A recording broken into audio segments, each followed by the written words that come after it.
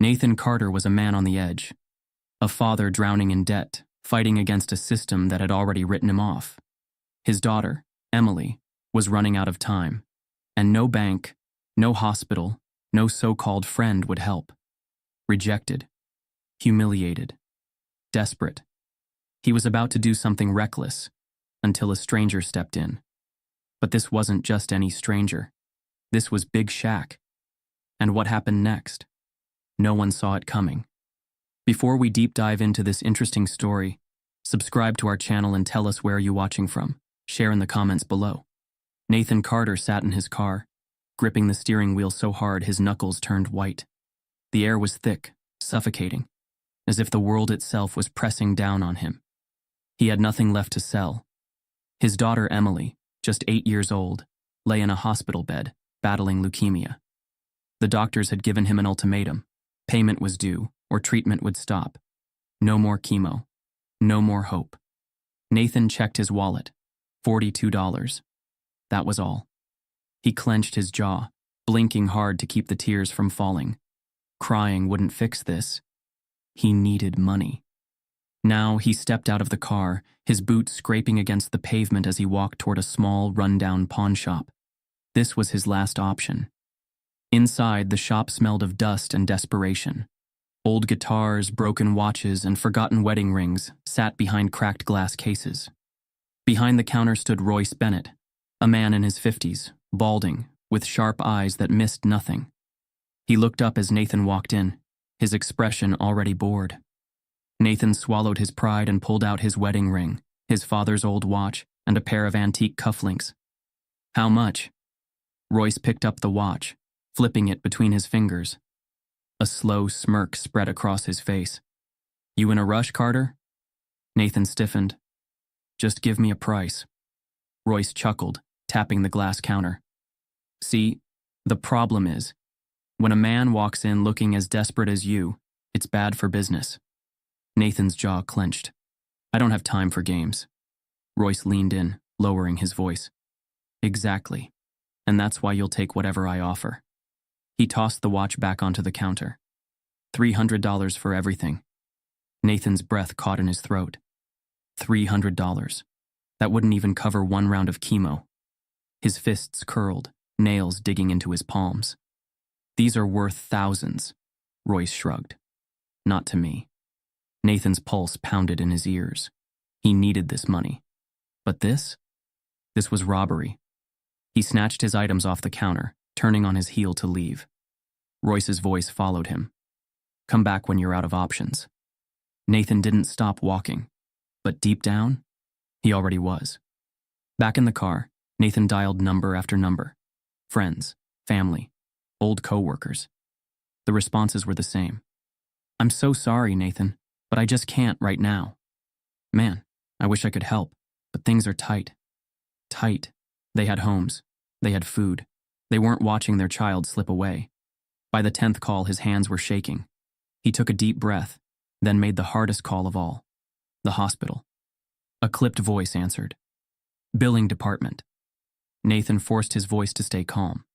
I just need a little more time. No extensions, the woman said flatly. His grip on the phone tightened. She's 8 years old. Silence. Then, a sigh.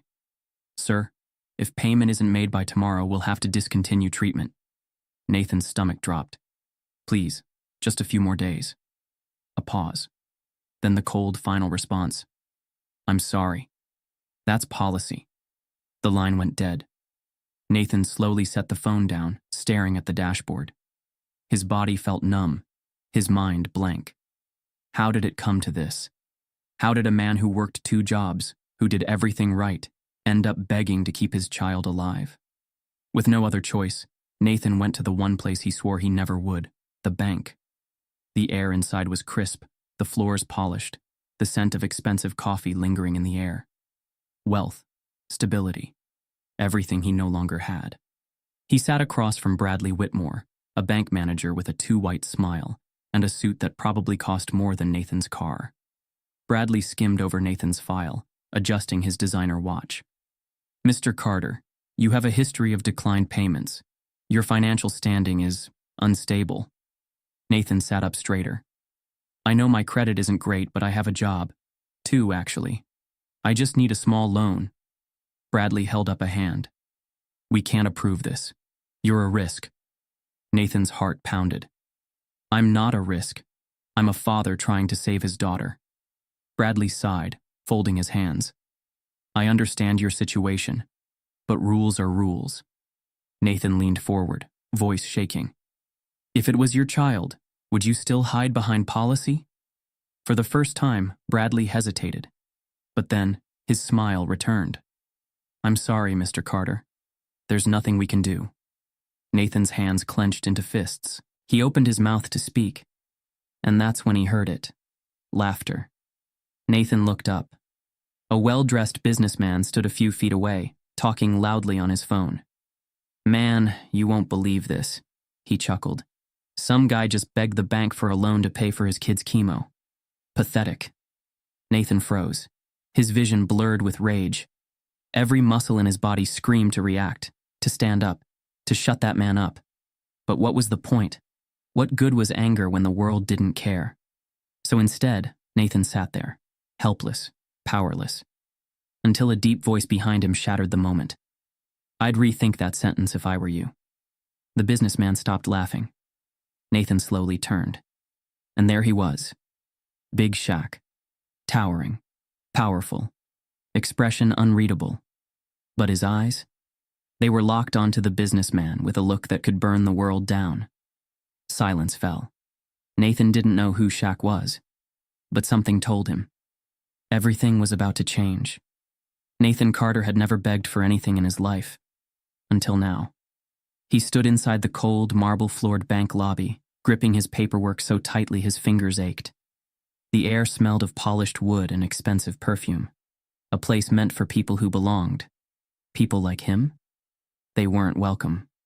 The loan officer, Bradley Whitmore, adjusted his pristine tie and skimmed over Nathan's file with the same detached interest someone might give to a grocery list. Nathan's heart pounded as he tried to hold himself together. I just need a small loan. Anything to cover the next round of chemo for my daughter. Bradley sighed, tapping his pen against the desk. Mr. Carter, we've reviewed your file, and I'm afraid we can't approve this request. Nathan clenched his jaw. I have a steady job. I can make the payments. Bradley raised a hand. You're behind on rent. Your credit score is below 600, and you already have outstanding medical bills. You're a high-risk applicant. High risk. Nathan's fingers curled into fists, nails pressing into his palm. His daughter was fighting for her life, and to this man he was just another statistic. I'm not asking for a handout, he said through gritted teeth. I just need time. Bradley offered a polished corporate smile. And I'm truly sorry. But we have policies. Nathan took a deep breath, swallowing the rage that threatened to consume him. Policies. He let out a bitter chuckle. If it was your kid? Bradley's smile flickered, but only for a second. I'm sorry, he repeated. But he wasn't. Nathan stood up, pushing the chair back with more force than intended. He didn't trust himself to say another word. If he did, he might break right here in the middle of this perfect, soulless bank. As he turned to leave, Bradley called after him, voice smooth, practiced. If you ever find yourself in a better financial position, we'd be happy to reconsider. Nathan didn't stop. He just kept walking. Nathan stepped out into the afternoon sun, but instead of warmth, all he felt was cold.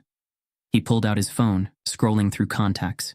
Friends, family, people who once said they'd always be there. One by one, he called. One by one, they let him down. I wish I could help, man, but things are tight right now. That's awful, Nathan. I'll pray for you. Maybe try a charity? Or a GoFundMe? GoFundMe? His daughter's life was now a donation drive? With each rejection, his chest got tighter. The worst part? No one even sounded surprised. Like this was just the way the world worked. Hours later, Nathan stormed into the hospital, heart pounding against his ribs. He had no loan, no help, nothing. But that didn't matter. He wasn't leaving until his daughter got her treatment. At the front desk, a young receptionist, Claire, barely looked up as he approached. Can I help you? Nathan set his paperwork down, voice tight. I need to speak with billing. She glanced at the file, then back at him. Her expression shifted, polite disinterest turning into something sharper, judgmental. I'm sorry, Mr. Carter, she said, each word slow and careful, like she was speaking to a child. Your payment is overdue. If you can't settle the balance by tomorrow, Emily's treatment will be paused. Paused. Nathan gripped the edge of the counter. You mean stopped? Claire hesitated, then gave a tiny, indifferent shrug. It's policy. Policy. That word again. Nathan's vision blurred at the edges. She's 8 years old. I understand. No, you don't, he snapped. Because if you did, you wouldn't be standing there telling me my daughter's life is a number on a spreadsheet. Claire stiffened, looking around nervously. Sir, I can't change hospital policies. Nathan exhaled sharply, stepping back. He had fought so hard to hold it together today. But here, in this moment, he felt himself unraveling. Then, a small, fragile voice from behind him. Daddy?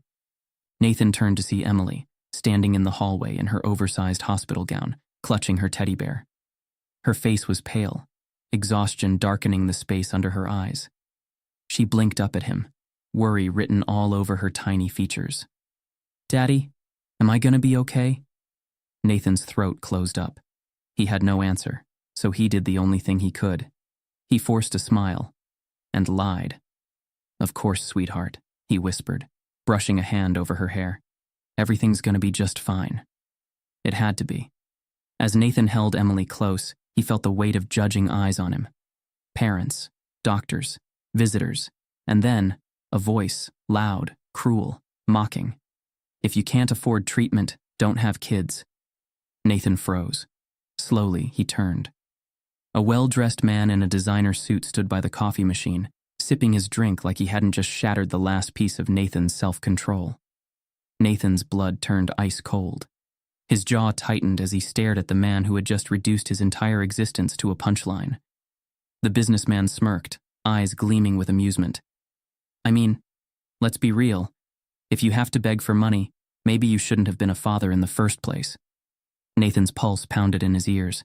Everything, the sleepless nights, the empty bank account, the humiliation, boiled to the surface. He took a step forward, fists clenching.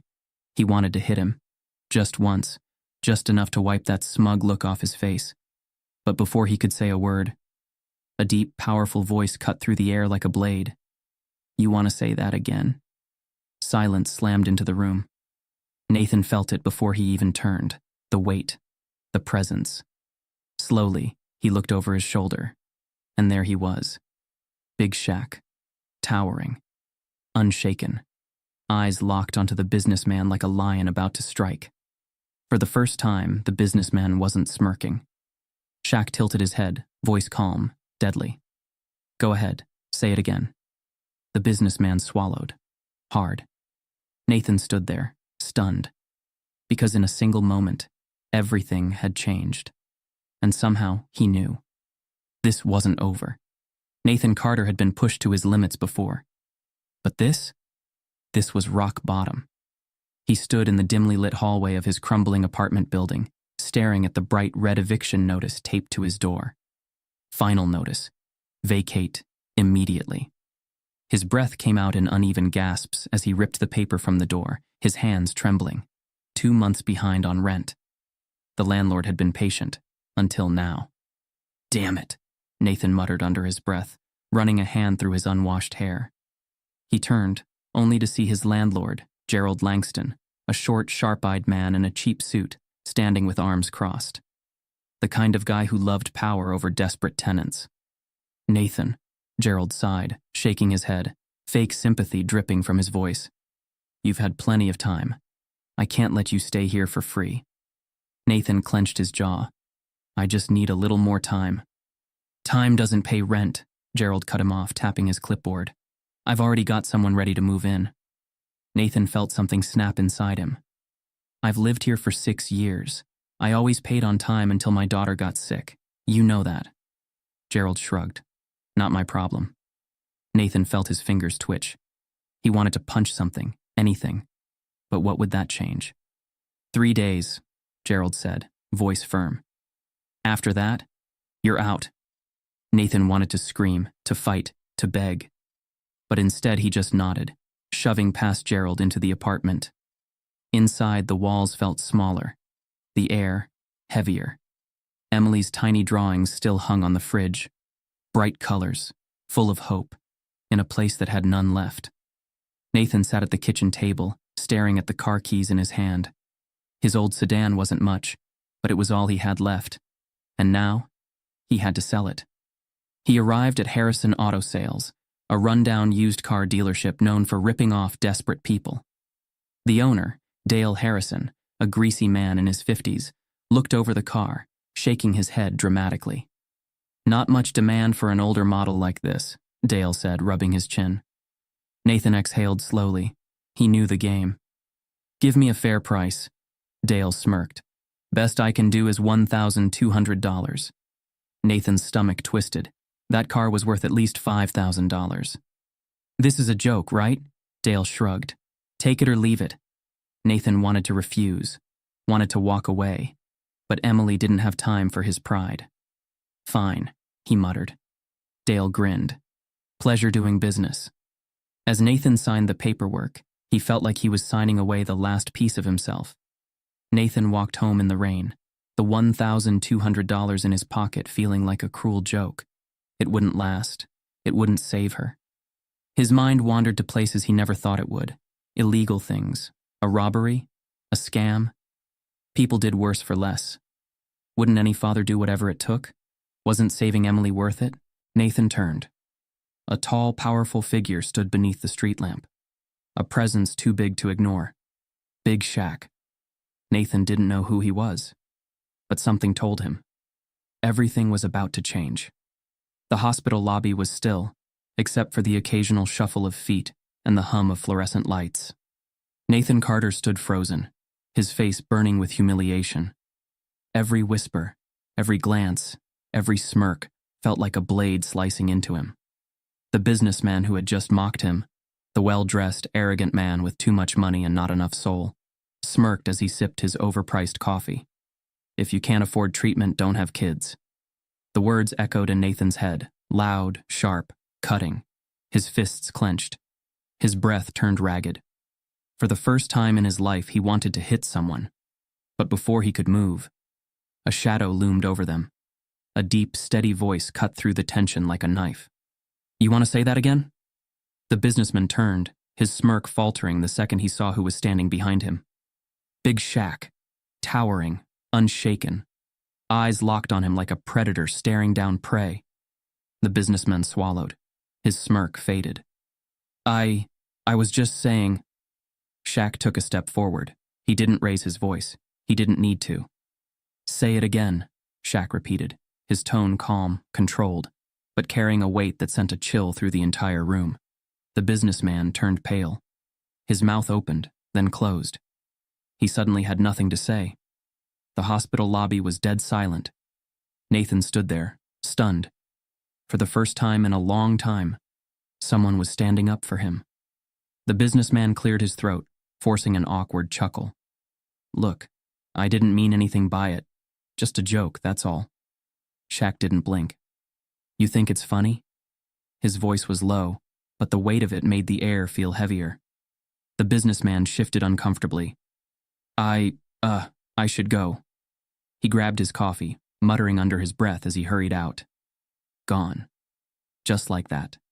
Shaq exhaled slowly, shaking his head. Some people only understand power. Then he turned his gaze toward Nathan. Nathan, still in shock, finally found his voice. Thanks, he muttered. His voice was hoarse. Shaq studied him for a moment. The tired eyes, the hunched shoulders, the quiet defeat. You all right? Nathan let out a hollow laugh. What do you think? Shaq nodded, as if he already knew the answer. For a moment, neither of them spoke. Then, Shaq did something unexpected. He walked past Nathan, but didn't leave. Instead, he followed. Nathan didn't notice Shaq trailing him, didn't notice the way Shaq watched, silent and observant, as he walked home with heavy steps. Didn't notice him standing in the shadows as Nathan unlocked the door to his apartment, the place he would soon be evicted from. Inside, Nathan collapsed onto the couch, burying his face in his hands. The weight of the day, the loan rejection, the eviction notice, the cruel words, the helplessness, finally crashed down on him.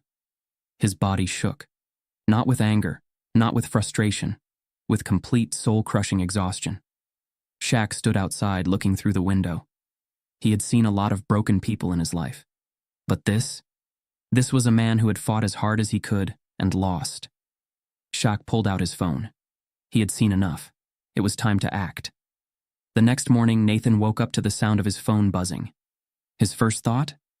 Another bill collector. Another rejection. Another door slammed in his face.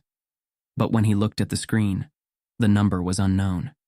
Hesitantly, he answered. "Mr. Carter?" A crisp, professional voice said. "Yeah?" Nathan croaked. "This is Amanda from Westwood Financial. We received your application for assistance." Nathan sat up. "Westwood Financial? I never applied." "Well," the woman said smoothly, "a private party has covered your daughter's medical expenses." In full, Nathan's entire body froze. "What?" "All outstanding hospital bills have been settled. Your daughter's treatment will continue without interruption." Nathan's mind couldn't process it. This had to be a joke, a scam, a mistake. "There's also one more thing," the woman continued. "We received word that you were recently let go from your job.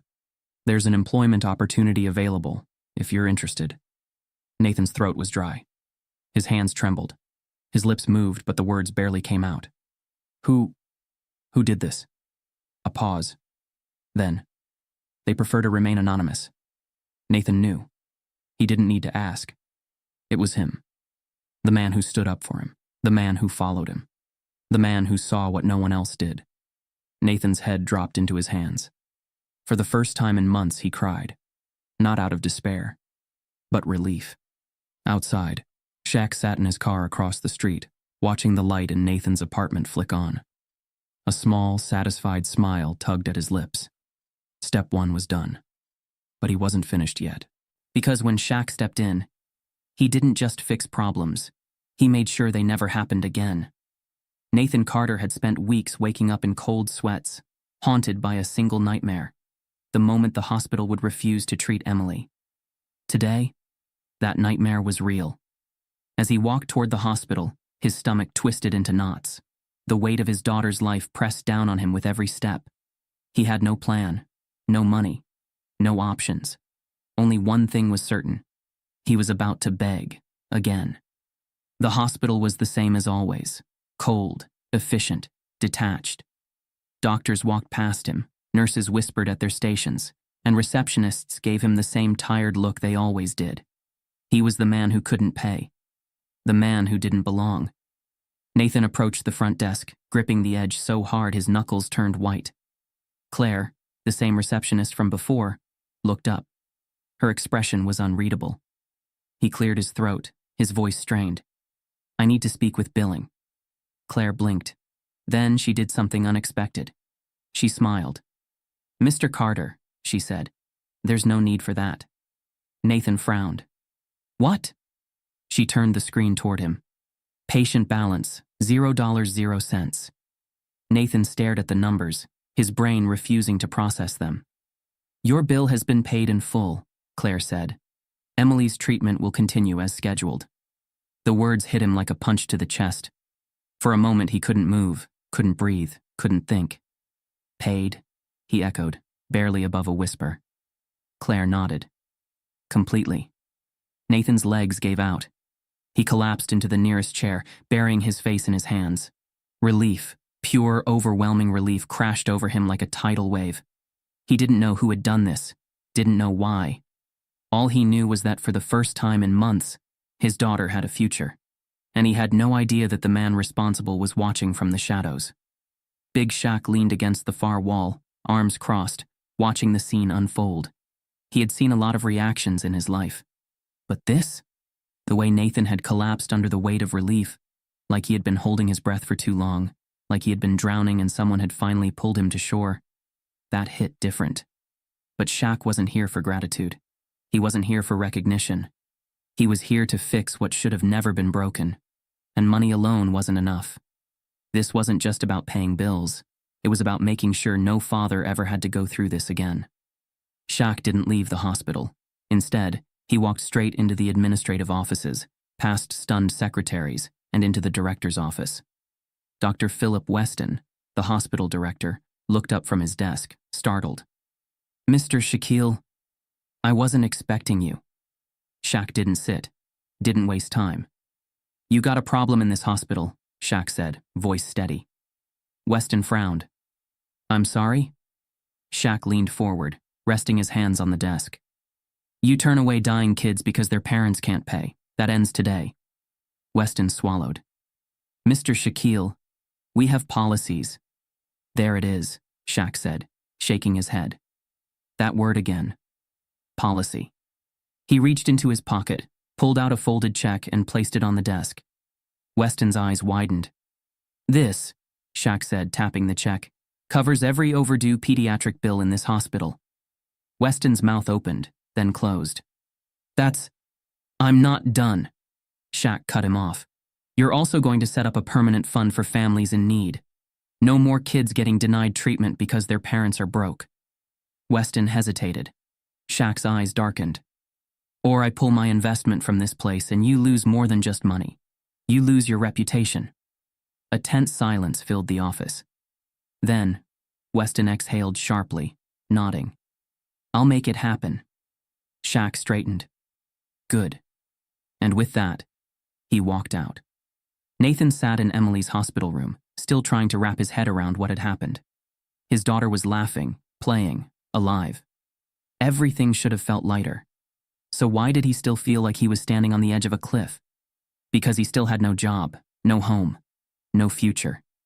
He ran a hand down his face, exhaling shakily. He needed to get his life back. But how? Nathan left the hospital late that evening, his mind still reeling. As he walked through the parking lot, he noticed a familiar figure leaning against a black SUV. His steps slowed. Shaq nodded at him. "Heard you had a good day." Nathan swallowed. "It was you, wasn't it?" Shaq didn't confirm or deny it. He just held up a folder. Nathan frowned. "What's that?" Shaq extended it. Nathan hesitated, then took it. Inside was a job contract. Nathan blinked, scanning the details. His breath caught. A real job. A career. A second chance. He looked up at Shaq, overwhelmed. "Why?" he asked, his voice raw. Shaq's expression softened. "Because no father should ever have to fight this battle alone." Nathan stared at the contract. For the first time in forever, he believed tomorrow might actually be better. Nathan sat at the kitchen table of his small motel room, staring at the job contract Shaq had handed him. The paper felt heavier than it should have, as if it carried the weight of every sleepless night, every rejection, every moment of humiliation he had endured. He ran his fingers over the printed words. Full-time employment, stable salary, health benefits. It felt surreal. Just days ago, he was preparing to beg the hospital for more time. Now everything had changed. But what Nathan didn't know was that Shaq wasn't done yet. Miles away, Shaq sat in the private lounge of an upscale restaurant, sipping his coffee as he waited. Across from him sat Raymond Steele, the same businessman who had mocked Nathan at the hospital. Steele had no idea why he was here, only that someone important had requested a meeting. He arrived, arrogant as ever, adjusting his cufflinks as he slid into the booth. "I don't usually do unplanned meetings," he said, flashing a smug smile. "But for someone like you, I made an exception." Shaq set down his coffee and leaned forward. "You made a mistake." Steele blinked, confused. "Excuse me?" Shaq pulled out a folder and slid it across the table. Steele hesitated before opening it. His expression shifted instantly, cocky amusement fading into pale-faced shock. Inside were documents, financial records, confidential emails, leaked reports, evidence of fraud, insider trading, and embezzlement tied directly to Steele's company. Steele looked up, his confident mask cracking. "Where did you get this?" Shaq's gaze didn't waver. "I have my ways." Steele swallowed hard. What do you want? Shaq leaned back, calm, composed. You have two options. You go public, step down, and make a generous donation to children's hospitals across the country, or I send this to the authorities and let them handle it. Steele's breathing turned shallow. His mind raced. He had no leverage here. You have until the end of the day, Shaq added. Then, with a final glance, he stood up and walked away. By midnight, Steele's resignation was all over the news, and a very large anonymous donation had been made to multiple pediatric hospitals. One down. The next morning, Bradley Whitmore, the bank manager who had denied Nathan's loan, walked into his office to find a team of auditors waiting for him. What's going on? Bradley asked, adjusting his tie. The lead investigator handed him a letter, a formal audit order. We've received reports of unethical lending practices, the investigator said. Your loan approvals appear inconsistent. Bradley's face went red. That's ridiculous. We'll see, the investigator said, cutting him off. For now, we need access to all client records. Bradley's stomach dropped. He had denied people like Nathan, but had approved loans for wealthy clients with worse credit scores, just because they had connections. And now, someone had exposed it. Later that evening, Bradley's phone rang. He answered nervously. Hello? A deep, familiar voice responded. You remember Nathan Carter? Bradley's throat went dry. Shaq didn't wait for an answer. You turned away a father trying to save his daughter. That choice just cost you everything. Click. Bradley slumped into his chair, knowing his career was over. Two down. Gerald Langston, Nathan's landlord, sat in his office, reviewing paperwork when his assistant rushed in, face pale. Mr. Langston, you need to see this. She handed him an email. Subject, New Ownership Notice, Carter Apartments. Gerald's eyes widened. He read through the email again. The entire apartment complex had been purchased. By Shaquille Turner. A sudden wave of panic hit him. That wasn't possible. His office phone rang. He already knew who it was. He picked it up, forcing his voice to stay steady. Mr. Turner. Shaq's voice came through, firm and unbothered. Gerald, I own your building now. Gerald swallowed hard. This must be a mistake. Shaq ignored him. Nathan Carter, the man you tried to evict? Gerald said nothing. Shaq continued. His debt is cleared. And from now on, every tenant here gets treated with respect. Or you're out. Gerald clenched his jaw, knowing he had no power anymore. Three down.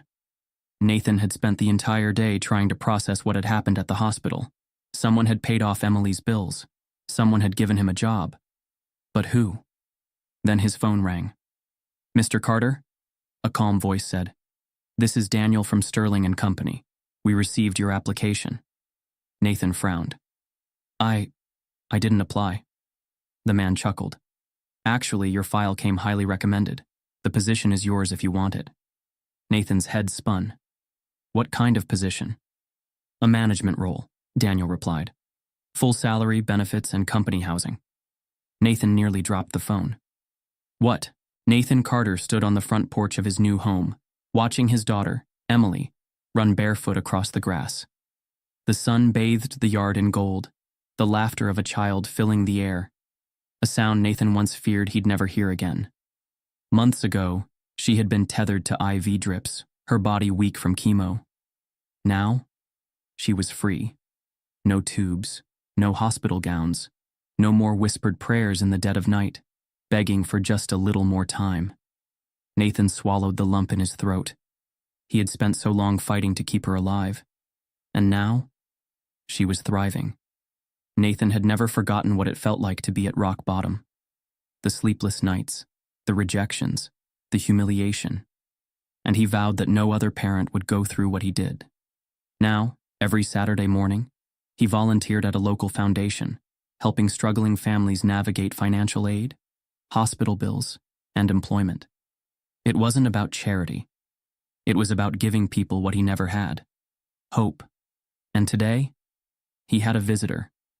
A sleek black SUV pulled up to the curb. Nathan recognized it instantly. The driver's side door opened, and Big Shaq stepped out as effortlessly commanding as ever.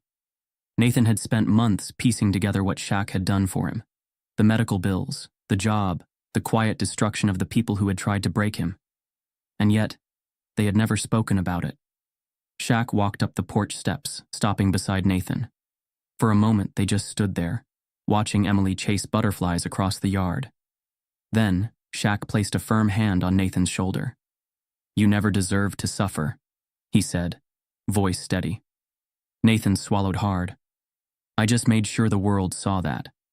Nathan exhaled, nodding. For the first time in years, he didn't feel like a man drowning. He felt seen, heard, respected. And as Shaq turned to leave, Nathan called out, "Wait." Shaq paused, glancing back. Nathan smirked. "Do you ever need a favor, big guy? You know where to find me." Shaq grinned. "I'll remember that." With that, he walked away. No cameras, no speeches, no need for recognition. Just a man who saw another man suffering and refused to look away. As the SUV disappeared down the road, Nathan felt something settle deep in his chest. Not fear, not anxiety. Peace. He turned back to the yard, watching Emily laugh under the open sky. She was healthy, he was stable, and their future? For the first time, it felt limitless. Screen fades to black. Final text appears. Sometimes a miracle comes in the form of one person who refuses to look away. If this story hits you, remember, real heroes aren't the ones in capes. They're the ones who refuse to look away. Nathan's battle was brutal, but it only took one person to change everything. How many people around us are drowning in struggles we don't see? Maybe today, you can be someone's Big Shaq. Like, share, and subscribe if you believe in second chances. Drop a comment below. What would you have done in Shaq's place? Let's turn this story into a movement. Because sometimes the smallest act of kindness isn't just help, it's hope.